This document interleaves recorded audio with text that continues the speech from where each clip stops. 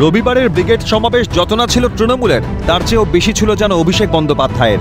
লোকে বলে তিনি দলের সেনাপতি, শক্তি প্রদর্শনের জন্য যেন মুখিয়েছিলেন অভিষেক। এবারের ব্রিগেড জানান দিল, আর সেনাপতি হয়ে থাকতে নারাজ যেন অভিষেক, সায় আছে যেন নেত্রীরও। এবারে তৃণমূলের ব্রিগেড প্রথম থেকেই ছিল চমকে ভরা। ব্রিগেড ঘোষণা থেকে শুরু। এতদিন তৃণমূলের বড় কর্মসূচির ঘোষণা করতেন নেত্রী স্বয়ং। কালীঘাট কিংবা নবান্ন থেকেই হতো ঘোষণা, কিন্তু এবারের ব্রিগেড সমাবেশের ঘোষণা হয় আচমকাই, ডায়মন্ড হারবার থেকে। ঘোষক মমতা নয়, অভিষেক বন্দ্যোপাধ্যায়। বাংলার গর্জন কি তার একটা ট্রেলার বহিরাগতরা আর বাংলা বিরোধীরা 10ই মার্চ কলকাতায় দেখবে। ব্রিগেডের প্রস্তুতিও কার্যত ছিল অভিষেক কেন্দ্রিক, তাই সভাস্থল সেজেছিল র্যাম্পের চমকে। ভিডিও ওয়ালে ছিল হাইটেক চমক। স্পষ্ট দায়িত্বে অভিষেকের তরুণ ব্রিগেড। এতদিন তৃণমূলের প্রার্থী তালিকা ঘোষণা হয়েছে নেত্রীর কালীঘাটের বাড়ি থেকে। ব্যক্তিকেন্দ্রিক দল তৃণমূল, এবার চমক সেখানেও। এবারই প্রথম তৃণমূলের প্রার্থী তালিকার ঘোষণা কালীঘাটের সীমা ছাড়িয়ে প্রকাশ্য মঞ্চে, তাও আবার ব্রিগেডের মাঠে। এতদিন প্রার্থীদের নাম ঘোষণা করতেন স্বয়ং নেত্রী, এবার নেত্রী না, তালিকা ঘোষণা করলেন অভিষেক। চমক এখানেও। ডায়মন্ড হারবার থেকে লড়াই করবেন, আমি জানি না কে লড়াই করবে, না বললে তো দেখা।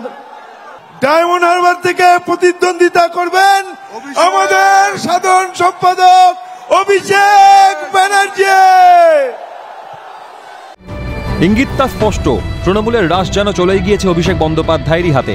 এতদিন হয়তো অন্তরালে ছিল সেই বোঝাপড়া। রবিবারের ব্রিগেড প্রকাশ্যে এনে দিল তা, তাই মঞ্চে স্লোগান দেওয়ার জন্য সেনাপতির কাছ থেকে অনুমতি নিতে হলো এক এবং অদ্বিতীয় নেত্রীকে। তারপর জাতীয় সঙ্গীত গেয়ে আমরা আজকের সভা শেষ করব। তার আগে আমি একটু স্লোগান দেব। নিশ্চয়ই। প্রকাশ্যে এই দৃশ্য ভাবতেই পারে না নেত্রীর ইশারা ছাড়া পাতা না নড়া তৃণমূল। রবিবারে জনগর্জন সভায় তর্জন গর্জনের সারবক্তা থাকুক বা না থাকুক, স্পষ্ট হলো অভিষেকের ক্ষমতা অর্জনের বার্তা। সবই যে নেত্রীর সম্মতিতে। মমতা বন্দ্যোপাধ্যায়ের আচরণে স্পষ্ট সেই বার্তাও।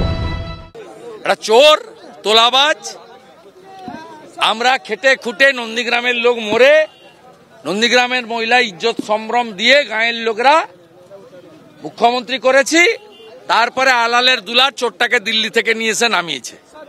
সেই দিনই বুঝে গেছিলাম এ মালটা কি জিনিস। ব্রিগেড ঘোষণায় অস্ফুটভাবে প্রকাশ্যে এসেছিল যা, ব্রিগেডের মাঠ থেকে প্রকটভাবে সামনে এলো তা।